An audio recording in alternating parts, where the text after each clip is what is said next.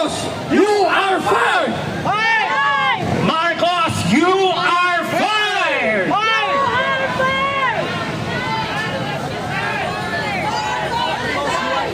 Marcos, resign! Marcos, resign!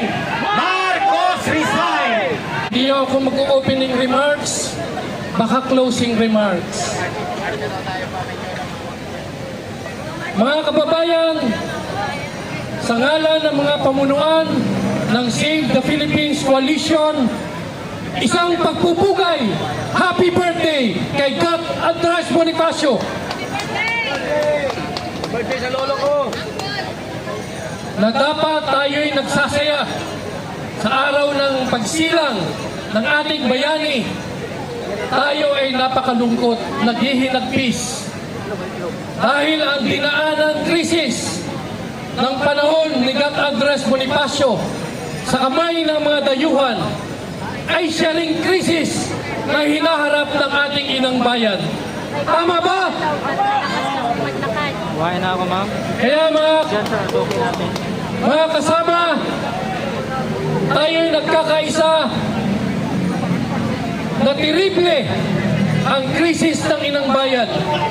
Krisis sa moralidad, krisis sa politika, krisis sa ekonomiya. Isa lang ang pwede nating mahintulad sa mga nangyayari ngayon. Ang inang bayan ay nalulunod sa kumunoy ng krisis na ito. Ano ang dapat nating gawin? Sagipin, isalba, iligtas ang inang bayan sa ganoong krisis. Nagkakaisa ba tayo dito? Para unang hakbang na maalis ang krisis na ito, kailangan pababain yung mga highs sa drugs na nasa palasyo. Pababain ang mga hudas. Pababain ang mga buhaya. Nagkakaisa ba tayo rito? Yes!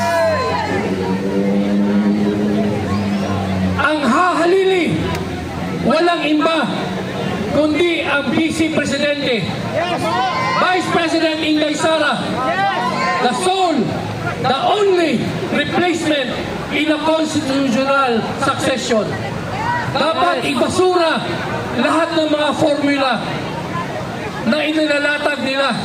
Caretaker government, military civilian junta, transition council, at iba-iba pa.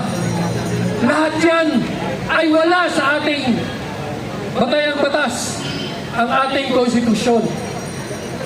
Lahat yan ay illegal. Tayo lang ang nagsusulong ng constitutional succession. Kaya tayo narito ngayong hapon. Kung tayo nagkakaisa dyan, dapat magkaisa rin tayo sa panghuli. Kailangan tulungan natin ang darating na bagong Pangulo, VP Inday Sara, para maituwid ang krisis na ito. Maipatuloy natin ang mga naumpisahan ni Tatay Digong. Maituloy ang mga pagbabago na sana marami ng Pilipino ang nagbenepisyo. Mga kasama, kung buhay ngayon si Andres Bonifacio, wala siyang isisigaw kung hindi, Marcos, you are fired! Marcos, you are fired!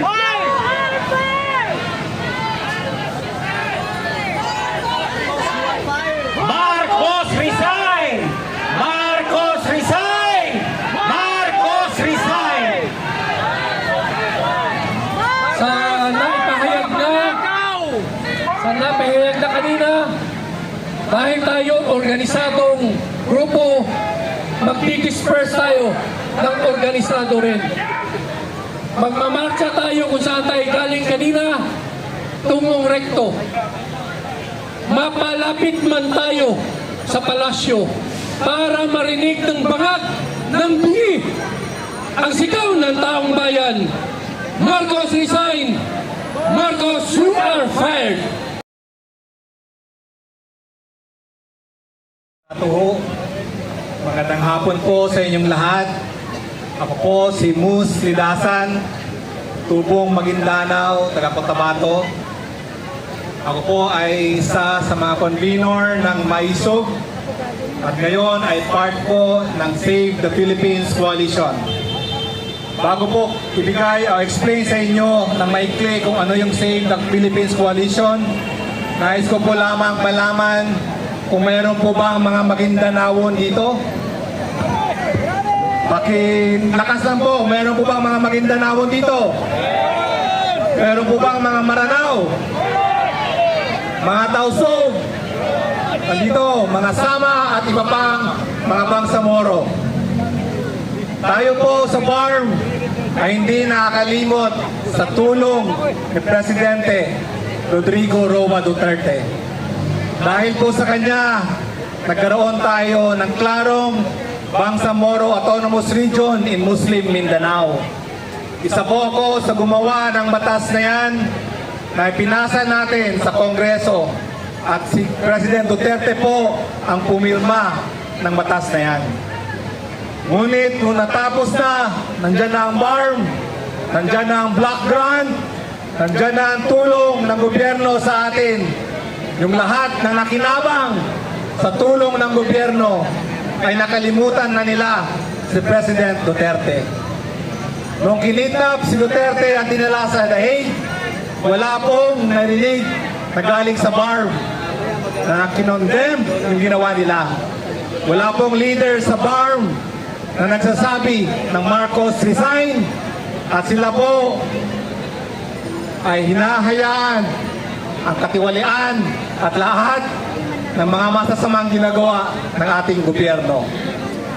Kaya po kami sa Maisog kasama ang iba't ibang grupo noong January 24 at 28, 2024 nagsimula po itong movement na ito. Walang iba kundi si President Duterte at si Congressman Sid Umab ang nag-expose ang corruption sa Congress, ang nag-expose sa bicameral insertions, ang nag-expose sa lahat ng katiwalaan ng gobyernong Bongbong Marcos Jr. Marami po tayong rallying ginawa sa Davao, sa Cebu, sa Dumaguete, sa Tacloban, dito sa liwasan ng Bonifacio at sa iba pang mga lugar. Ngunit, nung nalaman na ng mga maraming grupo na tama po yung ating advokasya, tama po yung ating in-expose, ngayon sila mismo ang nandyan nagrarally. Sila mismo ang nagsasabi na Marcos resign. Pero tayo po sa Save the Coalition, Save the Philippines Coalition, ay nagkakaisa tayo. Iisa po yung ating advocacy. Iisa po ang ating pinaglalaban. Marcos resign and follow the law of succession ng 1987 Philippine Constitution. Yun po ang klarong ang ating pinaninindigan. Yun po ang klarong programa nating gustong iparating sa lahat ng mamamayang Pilipino. Wala nang ibang solusyon dito. Wala nang ibang paraan para maihangon natin ang kapwa nating Pilipino. Sobra-sobra na po ang ginagawa nila. Ang latest na ginawa nila sa atin, sinasabi nila sa mga kapatid nating Kristiyano, ang 500 pesos po ay pwede ng pang Noche Buena. Tama po ba yun? Di ba po ba parang sampal yun sa atin? Tayo mga Muslim, nirerespeto natin ang Christmas. Pero bakit ganun po? Kung sila ang kumuha ng pera ng gobyerno, bilyon-bilyon ang kinukuha nila. Pero pag ang Pilipino, magse-celebrate kasama ang pamilya nila sa Noche Buena, ang ibibigay nila 500 pesos. Tama po ba yun? Anong klaseng logic, anong klaseng pag-iisip po yun ang meron ng gobyerno natin?